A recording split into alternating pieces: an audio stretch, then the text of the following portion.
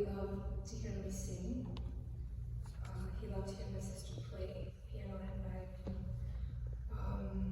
So that's why he listened to me today. So we could perform for him one last time. The song that I'd like to sing, it really, really reminds me of him. He was really the epitome of duty in this world. He was an incredibly dutiful man who lived to protect his family, community, country. He served in the Chicago Police Department for 33 years, 35, I'm not sure. But he was noted as an exemplary leader who always did the right thing within quite a corrupt system in Chicago. He worked incredibly hard.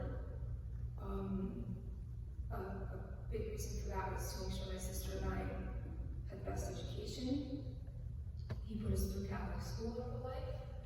And he also wanted to make sure we had music lessons. So here we are.